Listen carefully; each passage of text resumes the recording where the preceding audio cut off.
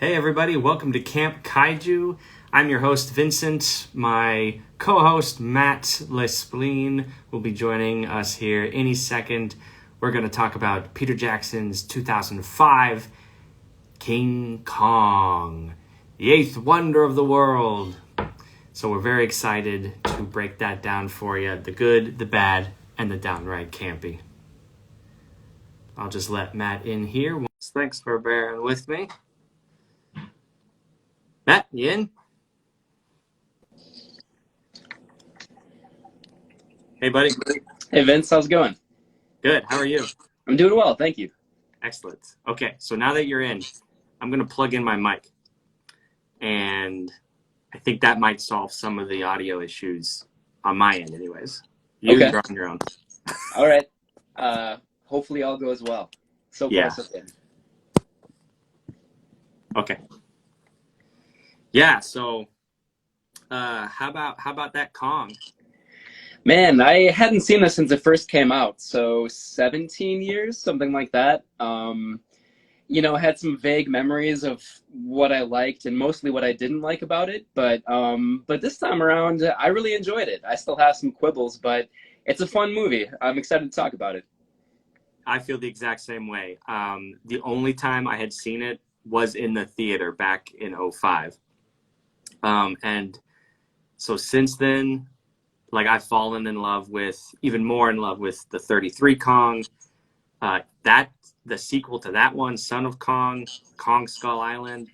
But I was a little hesitant about Peter Jackson's Kong because, I don't know, in my mind, it didn't stand the test of time. I was just like, great, another remake. And we're so saturated with remakes these days. I wasn't really interested. But then I started Camp Kaiju, and I was like, I gotta watch this movie now. Mm. Yeah, totally. I felt the same. The Lord of the Rings movies I like. They're extremely well made, of course, but I'm not like a huge Tolkien fan. Like the Peter Jackson Lord of the Rings movies, I was like, they're good. I'm not like dying to see what he does next or whatever, Mm-hmm. So then when this came out, it's sort of like you said, I thought it was going to be kind of a cash grab, even though it's a movie that he had wanted to make for a long time and, wanted to in the 90s and then didn't really get a chance to until 2005. And it has a lot of personality. Like, I think he does a lot with the story. He makes the most of it, makes some really fascinating updates to the original version. So, yeah, we'll get into all of that. But I enjoyed it a lot more this time than I thought I was going to. Yeah, right on, dude. Okay, so before we get into the production history, we will just give a brief synopsis of the movie, if anyone out there doesn't know the King Kong story.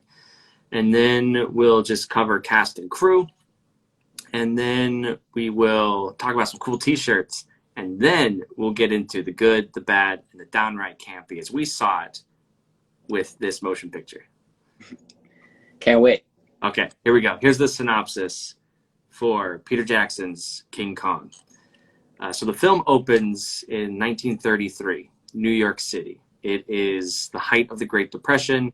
Jackson does a really great job of painting the little details of the real world at the time. You have bread lines, homeless people, and the vaudeville circuit, the stage, the theatrical life of that era.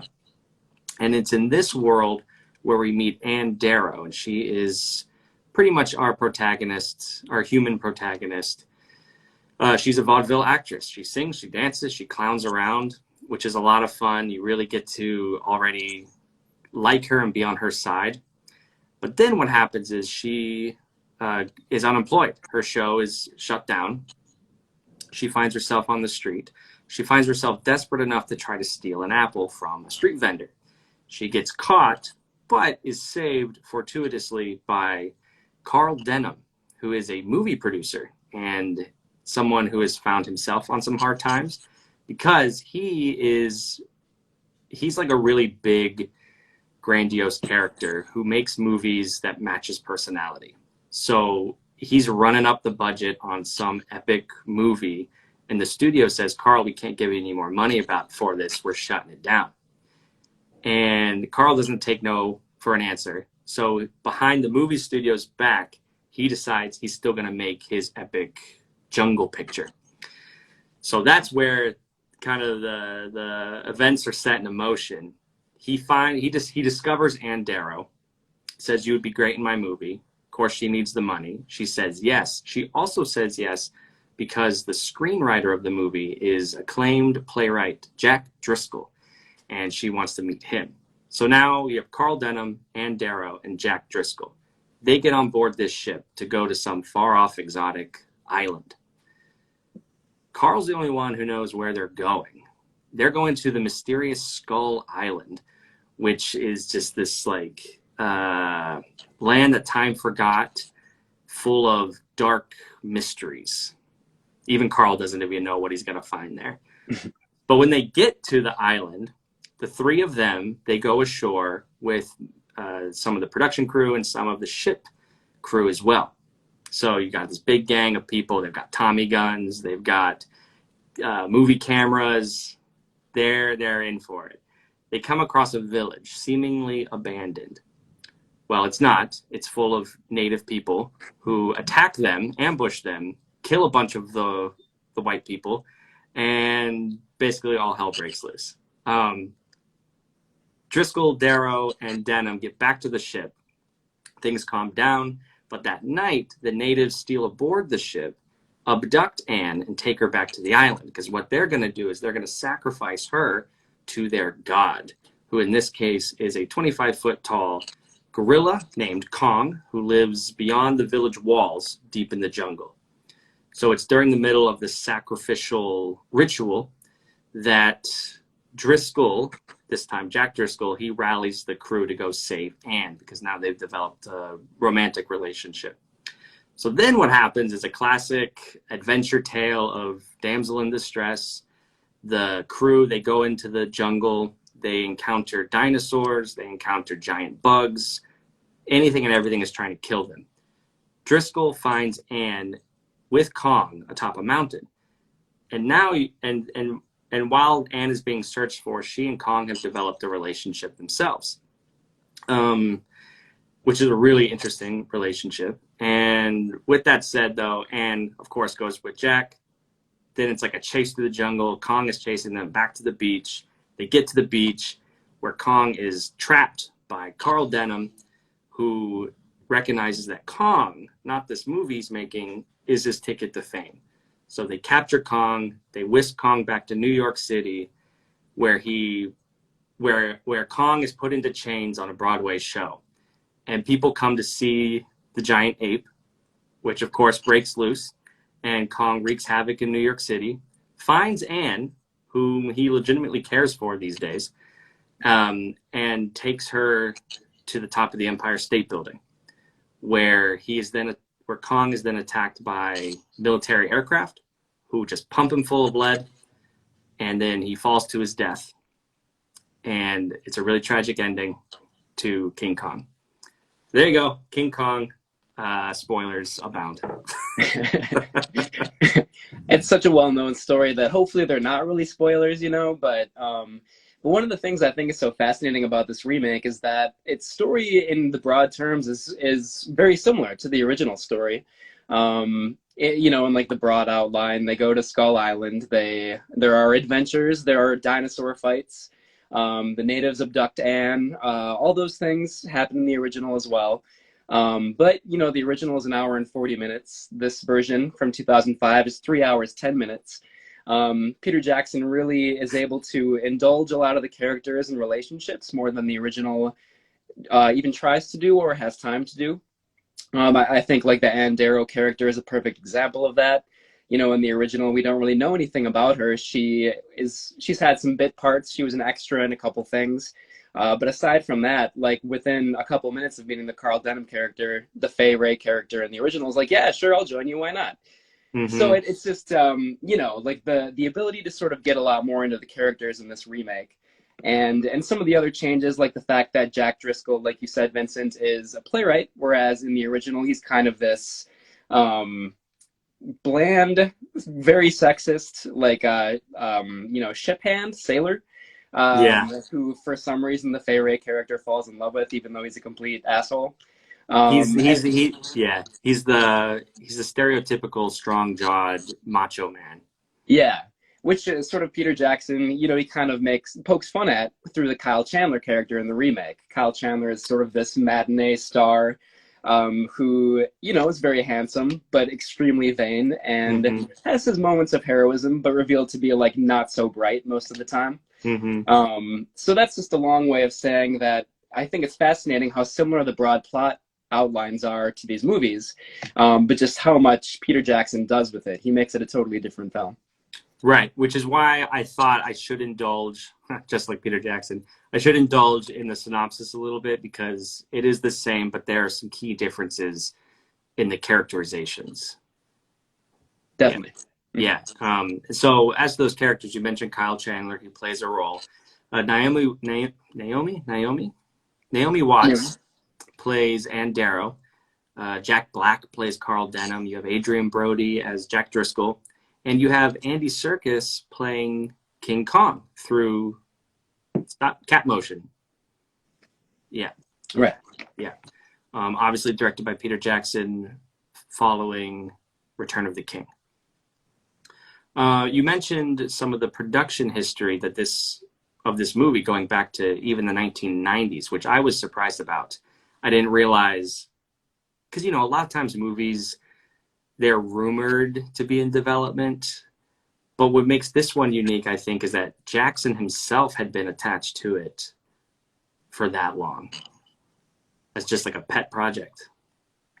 Right, and as far as I know, he wanted to make it after The Frighteners, and The Frighteners is a conversation for another time. That movie does not date very well, but it did well when it first came out, and he sort of had the chance to do King Kong, and then there were several ape movies coming out around the same time. Mighty Joe Young was one of them. I think there was another, but I can't remember which one it was now. Yeah, Planet of the Apes, I think. Oh, of course, yeah. So yeah, then he did Lord of the Rings instead, and finally got his chance to make his beloved pet project King Kong remake after the Lord of the Rings trilogy. So it was a long time coming. Yeah, and I read that Universal Studios was impressed with his work on The Frighteners, but also knew how much of like a number one fan he was of King Kong. They knew that he would bring his heart and soul to it, and 10 years later, he absolutely did. I think that's where, yeah. So he was given complete creative freedom to do whatever he wanted, which he earned through the Lord of the Rings trilogy. But that's always so interesting because, like having unlimited power is wonderful in theory, but you need someone to keep you in check a little bit.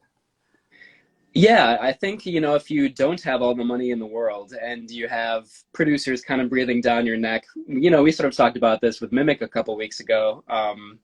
Sometimes those constraints can lead to creative solutions and can be more interesting than just like all the resources and all the freedom in the world. Yes. Yeah. And I think that is where his King Kong, maybe it's where its Achilles heel falls. It's like, yeah, come on, you could have been a little bit more creative than just throwing money at all the CGI. Yeah. And, if he had like a running time cap of like 2 hours, 40 minutes, that might have not been the worst thing in the world with this movie. But at the same time, and I'm, like I love and I hate the fact that this is more than 3 hours long. It's what makes it distinct, but also makes it kind of a slog at times. Right. I do also, oh, sorry. No, I was just going to say, there are specific scenes that address what you're saying that I'll want to bring up later in the show. That sounds great.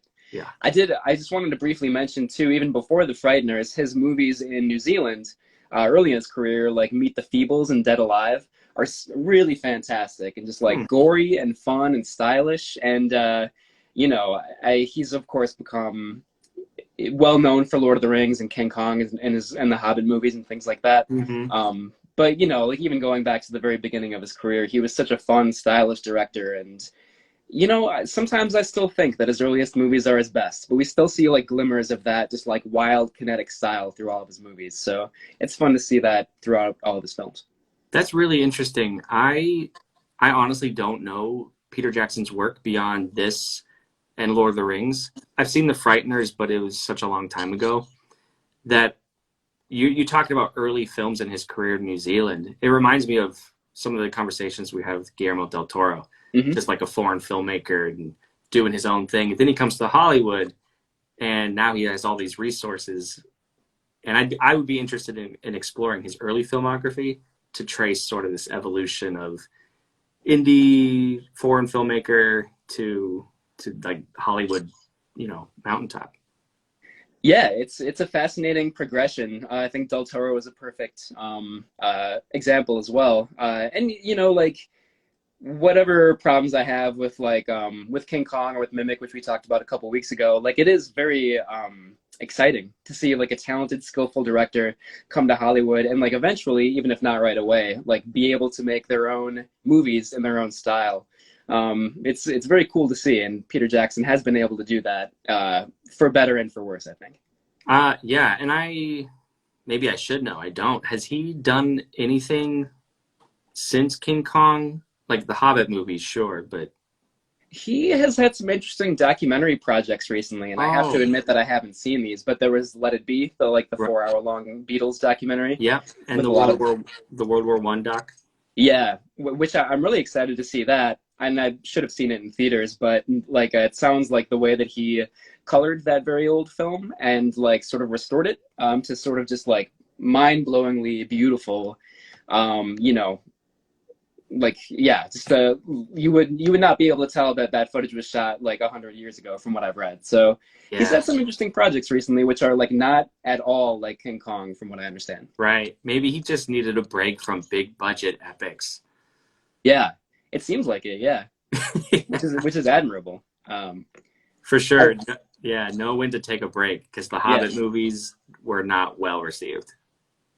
No, I feel like it's almost too much of a good thing. Like there were the Lord of the Rings movies, and it was like, wow, those were great, but that was like a marathon, So like only a couple years later to get like another set of like similar, movies in the same universe or whatever. Mm-hmm. I feel like a lot of people were like, we just did this. We don't need to do this again. Like I feel like that's kind of why they were poorly received, Yeah. One movie that was quite well received was King Kong. Just to get back to the kaiju in the room, the big ape in the room. The criticisms were overwhelmingly positive, especially on the technical side. The special effects, the score, the sound design all received Academy Award nominations. Correct me if I'm wrong on that, but I think so. Mm-hmm. There were some critiques levied at that indulgence that we talked about of the spectacle. But also that even in 2005, there was some commentary on the, let's say, questionable racial characters presented in the film. So I present all that now as just a foreshadowing to what we will talk about when we get to our personal breakdowns. Mm-hmm. Yeah, it's fascinating. The question about the racial depictions in the film, to tackle that right away, it's like you sense that Peter Jackson's remake is aware of how questionable the depiction is, because of course in the original King Kong, this white crew, these white filmmakers and the white ship crew come to this remote exotic island which has all these natives who are seen, in a very stereotypical sort of tribal dance. They have no personality, no names. Like they're kind of later in the original King Kong, they're sort of just like, victims for King Kong, basically. That's like their main role in the movie. So yeah, I mean, like it is 1933 and there are just unfortunately like countless examples of casual racism in Hollywood movies from that time. But of course it's hard to watch. So with Peter Jackson's remake, that is retained to a large extent. Like we still have these depictions of the white filmmakers and the white ship crew coming to this island. We have, these characters of color who sort of seem like the orcs in the Lord of the Rings movies, which is like very uncomfortable to watch. Like the Lord of the Rings movies are fantasy. Maybe you could still criticize them for having these dark colored, like monstrous characters. That certainly is a valid criticism. So like but it is different in Lord of the Rings, right? Like it's sort of a fantasy world, and then in King Kong, it's supposed to be the real world, and it's such an uncomfortable depiction. It's like they are seen as savages, very primitive. They don't seem to have any civilization at all on this island.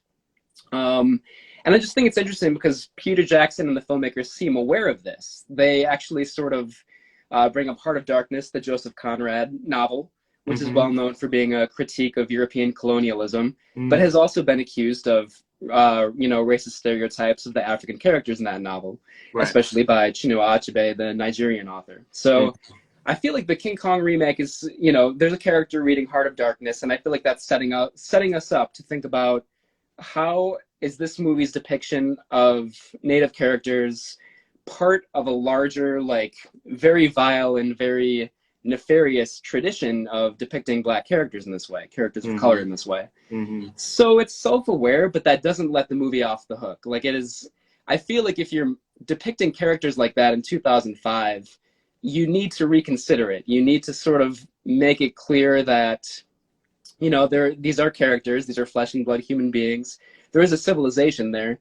You sort of just can't do the same old thing and expect to get away with it, even if you're more self-reflexive about it, It's an issue that the movie is never really able to resolve, I don't think, or feels comfortable with, Yes, yes. Yeah, I do. Thank you for that insight. I've read Heart of Darkness. I didn't catch the meaning of that in this movie. Thank you for enlightening me there. And to your point, comparing the depiction of the natives in King Kong 2005 versus the natives in Skull Island from 2017, it's night and day. The natives in Kong Skull Island, they are depicted like real human beings. They're a peaceful, loving tribe who just try to live in harmony with the natural world. Which, I mean, it's just like, oh, there is a way to depict the natives as normal people. Right. Yeah. A rich culture and rich civilization. Yeah. Yeah. There's another moment in the King Kong remake towards the end when Carl Denham is putting on his Broadway show and, the ape is in chains and we see, all these Black extras in this Broadway show who are like kind of repeating this questionable depiction from earlier in the film. But this time it's like within Carl Denham's own like show within the show, So I feel like that almost, again, is very self-aware and self-reflexive, like comparing Carl Denham doing that to Peter Jackson himself doing that, which is like interesting, but it's like, okay, if you're aware of it, then what is the point of doing that? Like, I don't know. There seems like there should be more interesting and more humane ways to avoid like falling into that trap, which has been, with so many white directors have committed since like the dawn of Hollywood film, basically. And I'm not making excuses or anything, certainly not for the older movies, but I think in a way, Jackson and all of us, you say white directors and artists, we're influenced just subconsciously because that's the culture in which we live. Like, I write just myself as a playwright. I love writing adventure fantasy films. And I'll be writing, and then I'll read, and I'll be like, oh my God, I fell into the trap. I fell into the white savior trap. I fell into the magical Negro trap. And like, these are harmful stereotypes that are so deeply ingrained in our pop culture.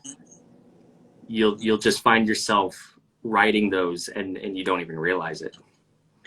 Yeah, you're right that it's so deeply ingrained, and those are the stories that we know so well. And I think it's the responsibility of the artist when they realize that to say, I can't just repeat these stereotypes. I have to do something different with it. So I wish Peter Jackson and the makers of the King Kong remake had been a little more aware of that and done something a little bit more revisionist, something a little more subversive, because they're certainly aware of how like questionable the depiction is, but then just kind of do it anyway. So right, yeah. And then to that point, even artistically, it might have been a more interesting choice to subvert the stereotypes that we expect to see.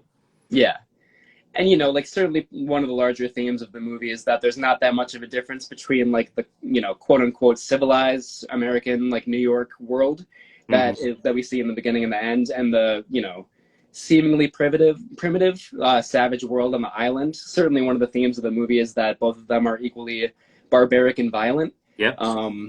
So that theme is fully felt, but it seems a little bit almost hypocritical at times, because at the same time you're depicting these native characters in such a violent, barbaric way more than you do the white characters.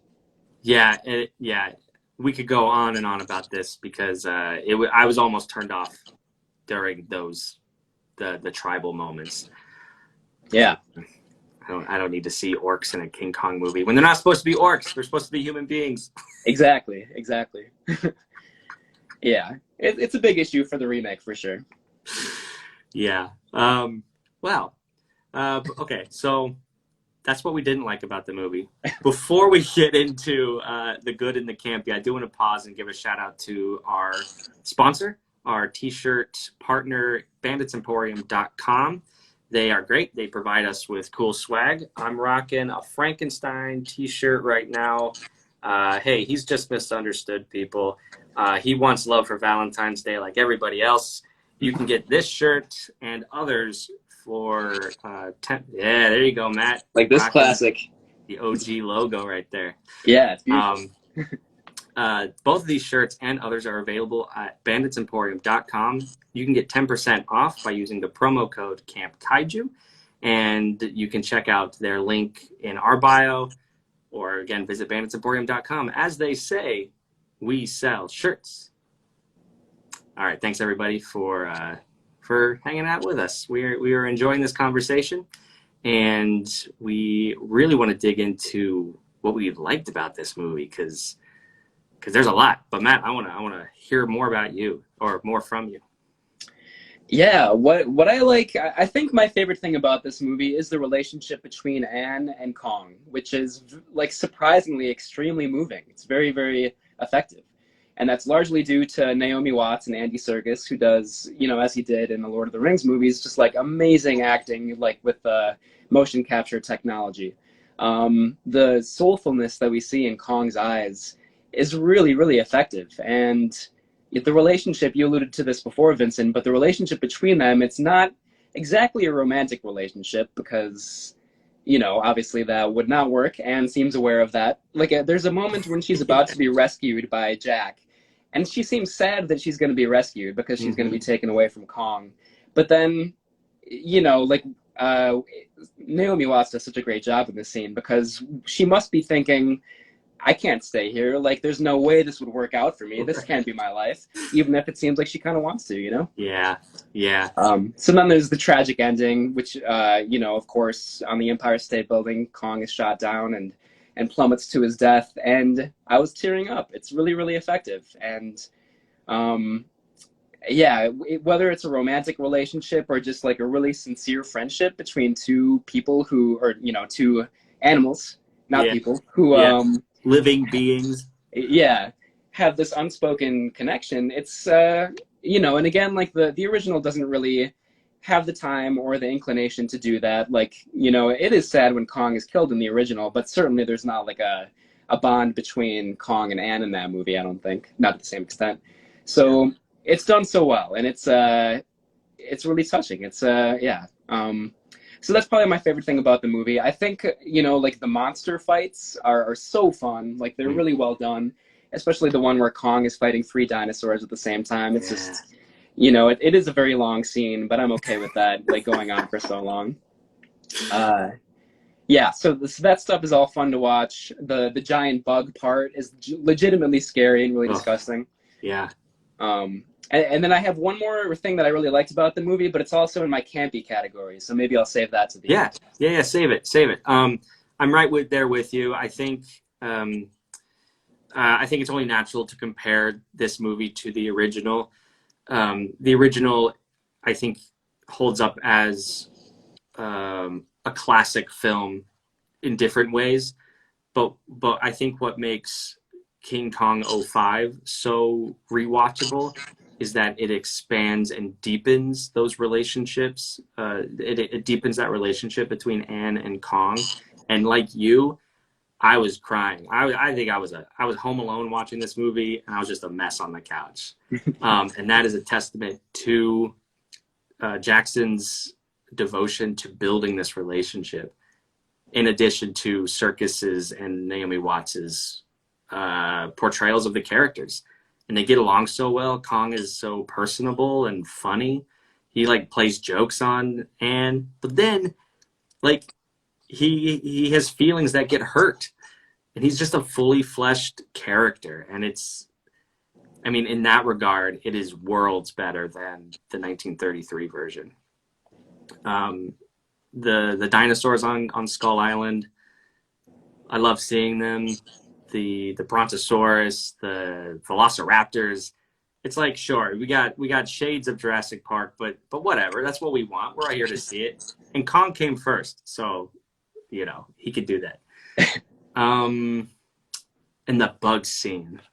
Yeah, man, that is truly one of the most horrific things I've ever seen in a movie.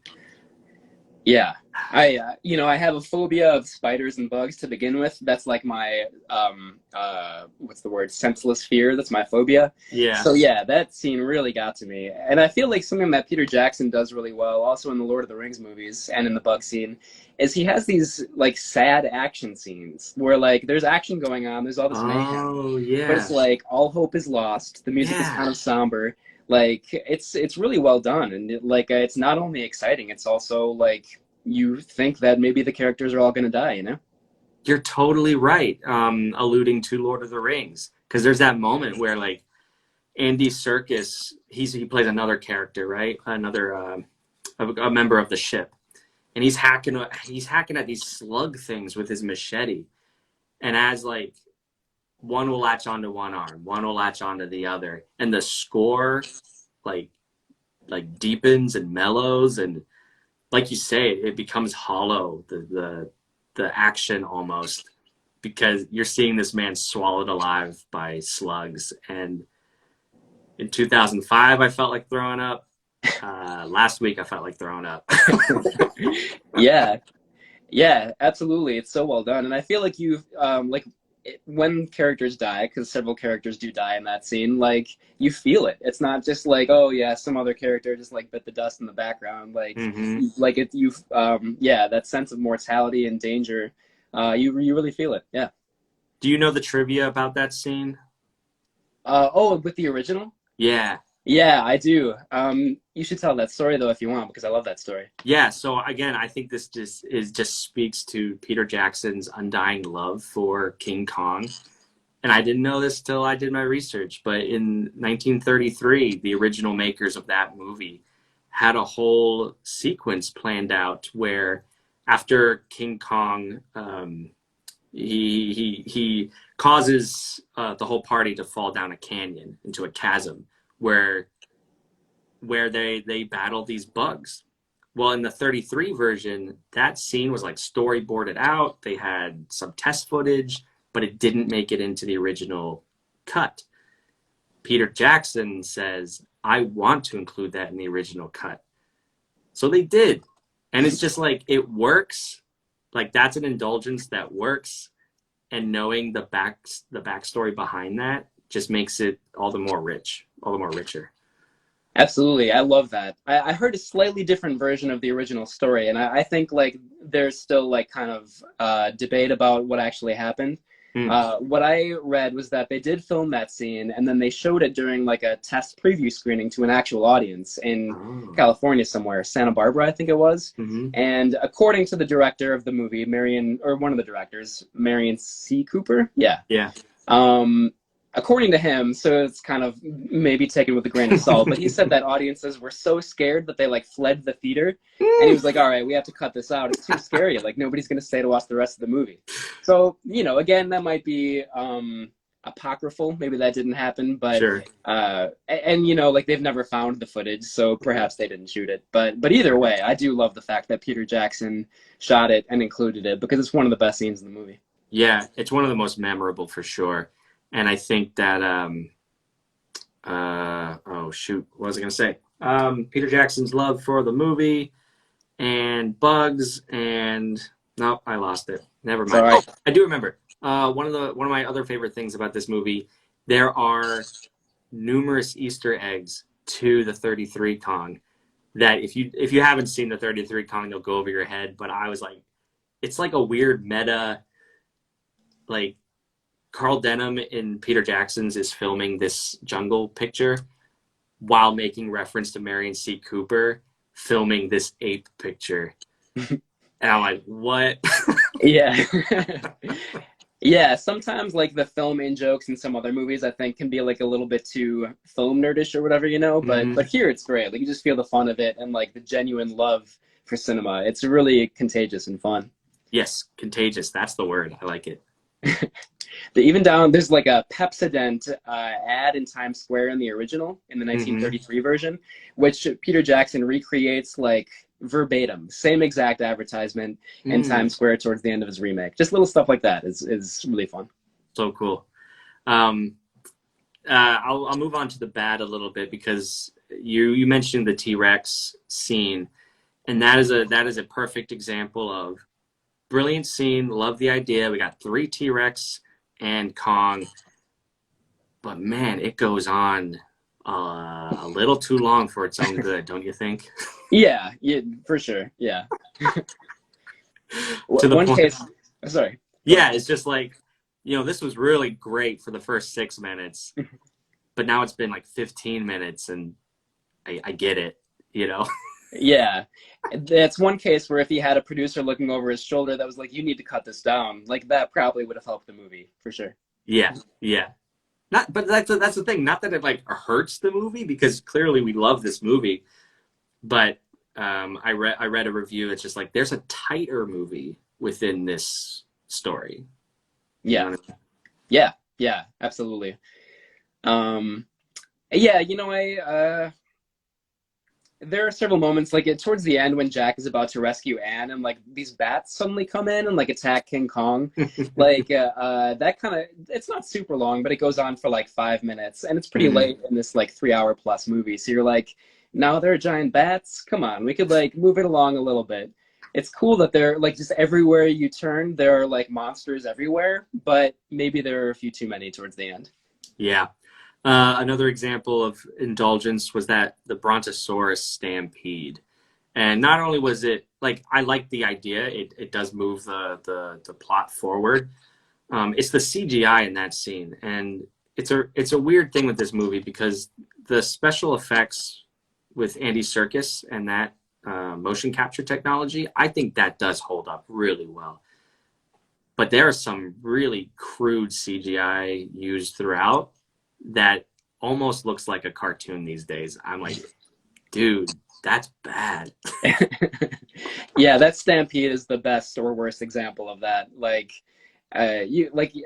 obviously it's just the actors like running around on like a sound stage with like green screen behind them. Like, Yeah. I feel like we always like in the back of our minds know that's what it is. But this is one of the cases where you're like, I can't believe this for a second. Clearly, this is what's going on here, Yeah, clearly they're standing in front of a 2-dimensional, like moving, like a movie playing behind them. Yeah. Ugh. Yeah, that's not a very good scene.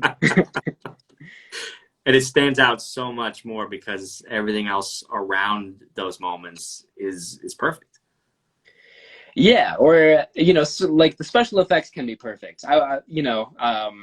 Certainly there are some other scenes that don't work quite as well. Like we already talked about the scenes depicting the natives. Yeah. Yeah, but like this, yeah, like you said, the motion capture works so well that it's a shame that then we have this crude CGI in other scenes. Yeah. Yeah. What else didn't work for me? No, it was the CGI and the quote white fears of exotic lands narrative. Yeah. Those two things really keep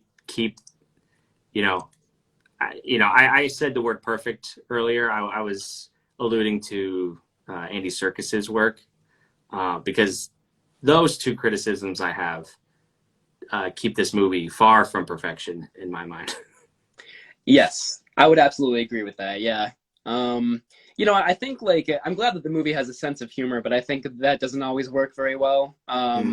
like some of the stuff early on between the Adrian Brody and Naomi Watts characters can feel a little bit forced. Hmm. Like the first time that they meet, she just assumes that like a sound recordist is actually the Jack Driscoll character, and there's no reason for that. Like it's kind of an unnecessary scene. I know it's kind of like the meet cute between her and the Adrian Hmm. Brody character, but it's not convincing at all. So there are a few scenes like that where I feel like the attempts at humor are, like well-intentioned, but don't really work all that well. Yeah. Can I ask you what you think about Jack Black in this role? I like him. I think he works really well. He reminded me of Orson Welles, even down to like the haircut that he has, and just like this larger than life director that will do anything it takes to get his project Hmm. done. I love that aspect of the character. I think he's like balancing between comedy, which obviously he does very well, and the theme of what's the right way to put it? Like just single-mindedly pursuing your goal to like the detriment of everybody around you. Yeah. Yeah. He's actually pretty good at conveying that, I think, too. Yeah. And I ask because that's also a common criticism, just like, oh, Jack Black was miscast, or why did they cast him? And I'm like, I don't know. Did you watch him? He can be a dramatic actor, and in those moments, like you say, I think he convincingly portrays that ambition, but also like he sees his friends ripped apart. He has pathos. Yeah. He works for me. Yeah, I think so too. And that's also another interesting change from the original because the Carl Denham character in the original, I wish I remembered who played him. Oh my goodness gracious. Robert Armstrong. Yeah, Armstrong. I was going to say Robert Montgomery. Thank you. In the original, like he is kind of the same way, but he's supposed to be heroic. We're supposed to think that he's like a noble character for like, Mhm. doing anything it takes to get this amazing project done. So I'm happy that Peter Jackson, with the same character, acknowledges like this kind of single-minded megalomania is not really like a brave or good thing. I mean, a lot of the time. No, he is a flawed character, and that makes the movie all the more interesting. Yeah, especially in comparison to Kong, who of course is not a human being and it doesn't have the capacity for, delusions of power or like greed or jealousy or anything like that. Hmm. Like that's why we love Kong so much because Hmm. it just does what is in its nature. It's just like it you know yeah, it doesn't have the same flaws that human beings do, and that's what it's a strong dichotomy in the movie. It's the tragedy of the movie that that humanity cannot accept what it either doesn't understand or is made insecure about. Yeah. So they kill it.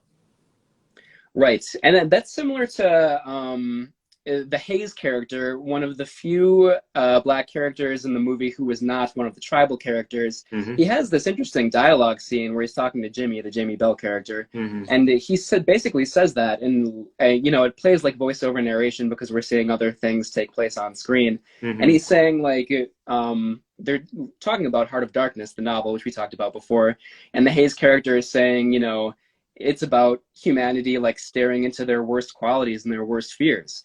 And that dialogue plays right before the extremely uncomfortable scene with the native characters, which we talked about earlier. It's Yeah. like a kind of a baffling moment. There's so much going on. And do you think that there should be like a deeper self-reflexive theme about like the history of racist depictions of native characters? But Yes. the movie just isn't quite able to get it across. It's a fascinating moment, though. Right. Right. Oh, it's like Jackson, I see what you're doing, but yeah, you just didn't quite execute it maybe as well as you thought you did. Yeah, exactly. Yeah, so interesting. Yeah. Um, well, I mean, we know what made us cry. We know what made us pull our hair out. What made us laugh in this movie? Oh man, one of my favorite parts in the movie, which is also one of the campiest parts, is when Carl first tells tells Jack Driscoll that they're going to Skull Island, and when he first says it, he kind of like whispers it so we don't hear the name. And then when Jack Driscoll is like writing it in the script, there's this like crazy zoom in on every single letter. It's like K-U. It's so over the top, and it's like very reminiscent actually of Peter Jackson's earliest movies. His like like Dead Alive and Meet the Feebles, which are just like really crazy, wild cinematography and like just bizarre editing patterns and stuff like that.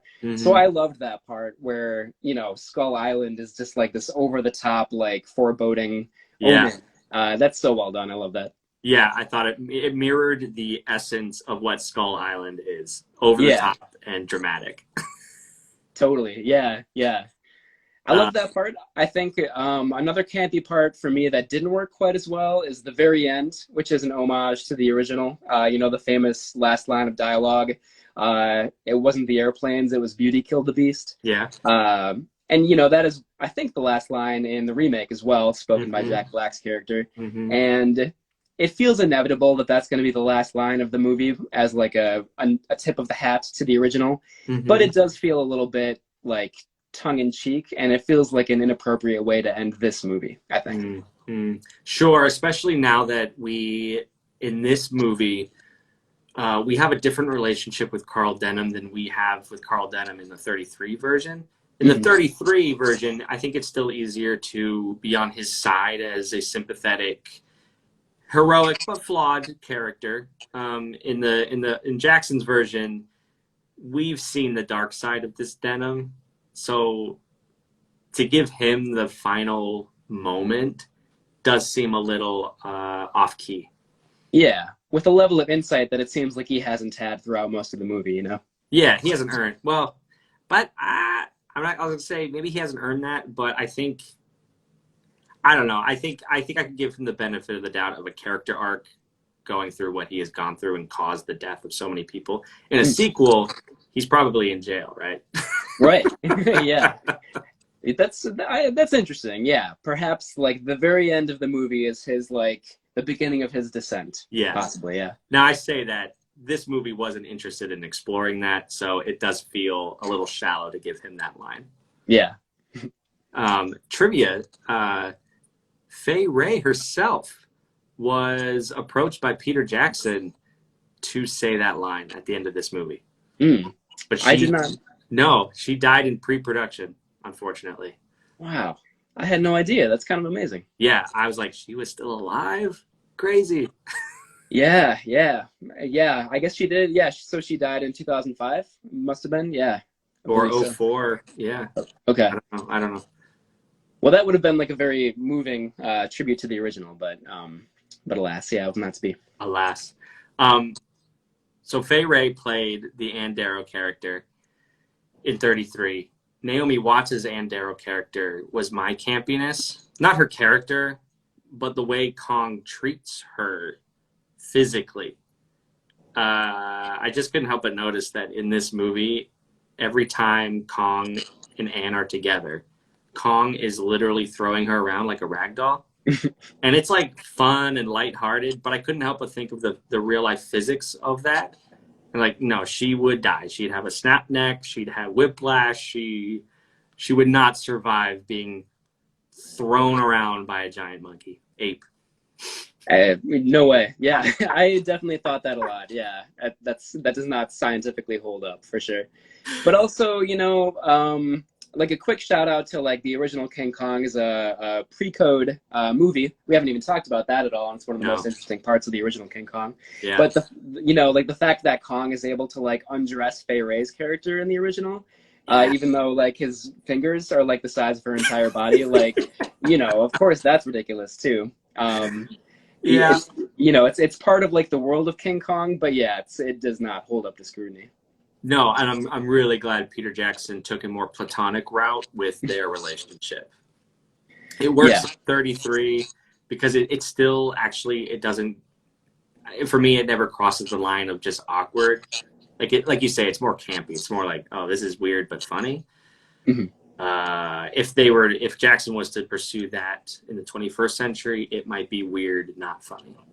Yeah, that is a case where he seemed to think the better of it, which you wish that he would do with the native characters as well. Right. He didn't do, but Yeah, I mean, I think the reason it's so fascinating in the original is because we think of classic Hollywood cinema as like prim and proper and like nothing inappropriate. But of course, in pre-code cinema in like 1934 and earlier, there was a lot of sex and violence, and it's pretty fascinating to revisit that stuff now. I love pre-code movies. Anyone out there, do yourself a favor, watch a pre-code Hollywood movie. I think there's a bunch on HBO right now, HBO Max. Good stuff, especially the horror films. Yeah, Yeah. yeah, it gets good. Yeah, Dr. X is the one that I'll recommend that people watch. A pre-code horror movie, which is like very grisly, very weird. Has this weird like early Technicolor process, so it looks really bizarre. That's one of many examples that you should seek out. I would recommend The Black Cat from the 30s with Boris Karloff and Bela Lugosi. That was going to be a suggestion for a future Camp Kaiju episode from me, so maybe we'll talk about that someday. Ooh, exciting things to come. Okay, Yeah. so we'll wrap up here. What would you give this movie in your estimation? Is it a timeless classic? Does it have a lot of great moments and stands the test of time, or is it just not worth your time? I think it has a lot of great moments. I would not call it a timeless classic. I think like the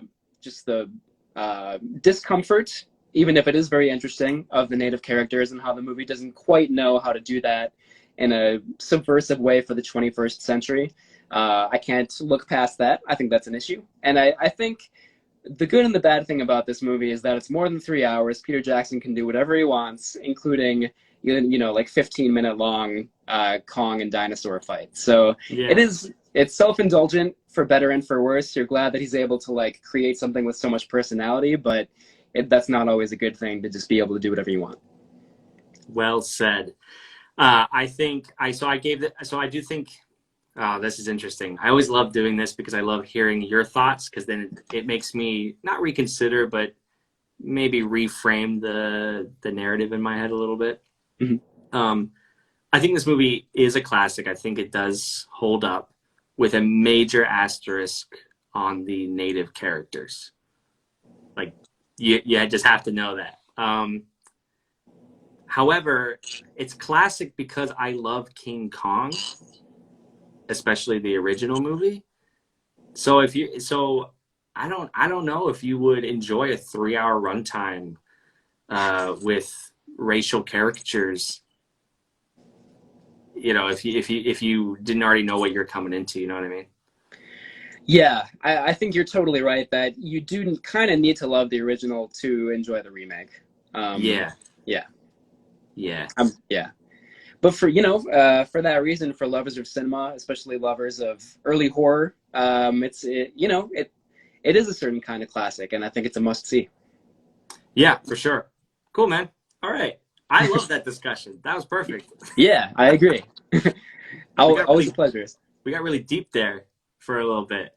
I enjoyed it. Yeah.